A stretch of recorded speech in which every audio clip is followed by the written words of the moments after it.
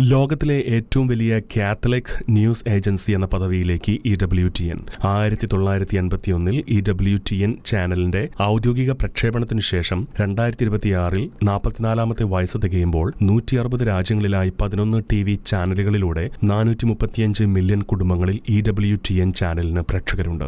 ആഗോള കത്തോലിക്ക വാർത്താ പോർട്ടലായ കാത്തലിക് ന്യൂസ് ഏജൻസിയും അസോസിയേഷൻ ഓഫ് കാത്തലിക് ഇൻഫർമേഷനും EWTN ന്യൂസ് പോർട്ടൽ ഒരുമിച്ചതോടെയാണ് കത്തോലിക്ക മാധ്യമ രംഗത്ത് വിപ്ലവം വരുത്തിയ EWTN ഏറ്റവും വലിയ കത്തോലിക്ക ന്യൂസ് പോർട്ടൽ എന്ന പദവിയിലേക്ക് ഉയർന്നത്. അതുകൊണ്ട് തന്നെ EWTNnews.com എന്ന പേരിലുള്ള പുതിയ പോർട്ടലിലേക്ക് കാത്തലിക് ന്യൂസ് ഏജൻസിയുടെയും അസോസിയേഷൻ ഓഫ് കാത്തലിക് ഇൻഫർമേഷന്റെയും വാർത്തകൾ ഒരുമിക്കുകയാണ്. 2026 ജനുവരി 24 ജേർണലിസ്റ്റുകളുടെ മധ്യസ്ഥനായ ഫ്രാൻസിസ് ദെ സെയിൽസിന്റെ തിരുനാളിനോടുകൂടി സംയോജന പ്രവർത്തനങ്ങൾ പൂർണ്ണമാകുമെന്ന് അധികൃതർ അറിയിച്ചു.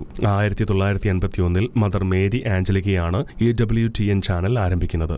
US-ലെ അലബാമയിൽ സ്ഥിതി ചെയ്യുന്ന അവർ ലേഡി ഓഫ് ദി ഏഞ്ചൽസ് മൊണാസ്ട്രിയുടെ ഗ്യാരേജിൽ നിന്നുമാണ് ഓഗസ്റ്റ് 15 EWTN പ്രക്ഷേപണം ആരംഭിച്ചത്. പിന്നീട് അത് സാറ്റലൈറ്റ് ചാനലായി വളർന്ന് ഇന്ന് 160 രാജ്യങ്ങളിൽ ക്രിസ്തുവിനെ പ്രഘോഷിക്കുന്നു. അതേസമയം കാത്തലിക് ന്യൂസ് ഏജൻസി ആരംഭിക്കുന്നത് 2004 US-ലെ ഡെൻവറിൽ വെച്ചാണ്. വിവിധ ഭാഷകളിൽ ആഗോള കത്തോലിക്ക ക്രൈസ്തവ വാർത്തകൾ പൊതുജനങ്ങൾക്കായി നൽകുന്ന മാധ്യമമായി ഈ ഏജൻസി വളർന്നു. അസോസിയേഷൻ ഓഫ് കത്തോലിക് ഇൻഫർമേഷനും ആരംഭിക്കുന്നതും ഒരേ കാലയളവിലാണ്. ലാറ്റിൻ അമേരിക്കൻ രാജ്യങ്ങളിലെ കത്തോലിക്ക വാർത്തകൾക്കായിരുന്നു ACA ന്യൂസ് ഏജൻസി പ്രാധാന്യം കൊടുത്തിരുന്നത്. 2014 കത്തോലിക്ക ന്യൂസ് ഏജൻസിയും 2026 അസോസിയേഷൻ ഓഫ് കാത്തലിക് ഇൻഫർമേഷനും EWTNൽ ലയിച്ചു.